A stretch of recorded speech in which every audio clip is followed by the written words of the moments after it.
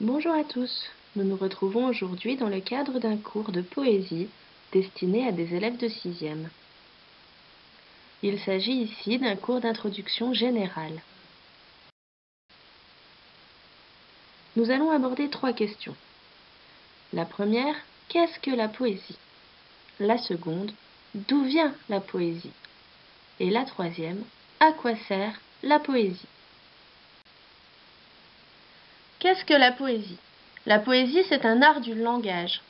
C'est une création originale, à partir de mots simples ou rares, voire même parfois de mots inventés. La poésie raconte, elle représente, elle décrit, elle suggère, elle exprime. Elle raconte quoi? Elle raconte des histoires, elle décrit des paysages, elle décrit des personnes, elle suggère des idées, des émotions, des images, elle exprime des sentiments. D'où vient la poésie? La poésie vient du grec ancien, poiein, qui signifie créer, fabriquer. Donc la poésie est très ancienne. La poésie à l'origine est créée en vers. Avant l'invention de l'écriture, les anciens s'aidaient des rythmes et de la musique des poèmes pour les mémoriser. Les rimes, les répétitions permettaient donc de mieux retenir les poèmes.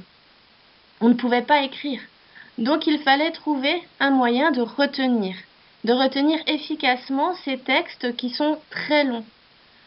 Et donc, les poètes ont inventé les rythmes, les rimes, les répétitions, afin de fixer dans les esprits les histoires. À quoi sert la poésie? En 6e, on découvre que la poésie a le pouvoir de créer. Les poètes se servent de la poésie pour créer des émotions, de la colère, de la joie, de l'enthousiasme. Les poètes se servent de la poésie pour créer des images. Quand on ferme les yeux et qu'on entend une poésie, on se fait une représentation mentale. On s'imagine, on se représente ce dont parle le poète. Les poètes se servent de la poésie pour créer de la musique et des sons.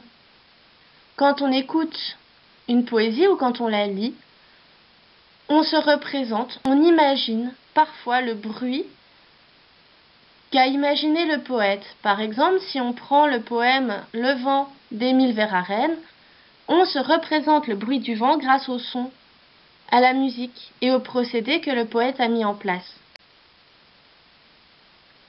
Pendant les années collège et ensuite au lycée, on apprend que la poésie sert d'autres objectifs. La poésie peut permettre au poète d'exprimer ses émotions et ses sentiments personnels, la colère, la joie, la tristesse, le regret, etc. En s'exprimant, le poète le fait pour lui-même, mais aussi pour tous les hommes. La poésie devient universelle. Il s'agit de la poésie lyrique. La poésie peut dénoncer des conditions de vie mauvaises, dénoncer des injustices. Il s'agit à ce moment-là de la poésie engagée. La poésie peut être un espace également de liberté et de jeu. Les poètes vont s'affranchir des règles. Ils vont aimer jouer avec les mots et avec les règles. Ils vont les transformer.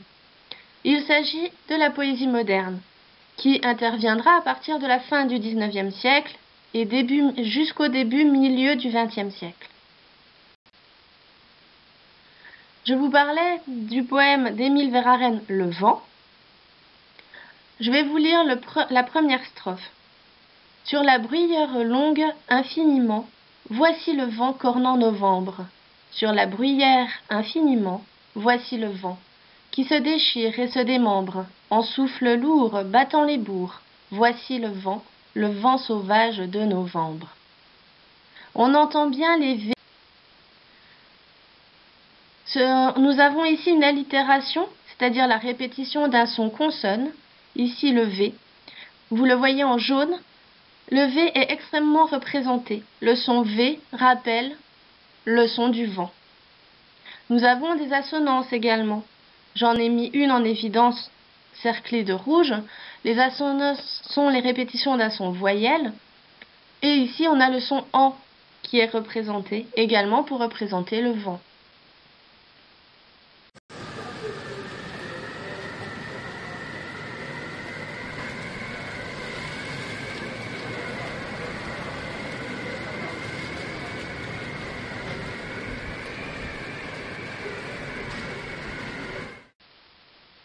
Je vous remercie de votre attention et vous dis à bientôt pour une nouvelle vidéo sur la poésie.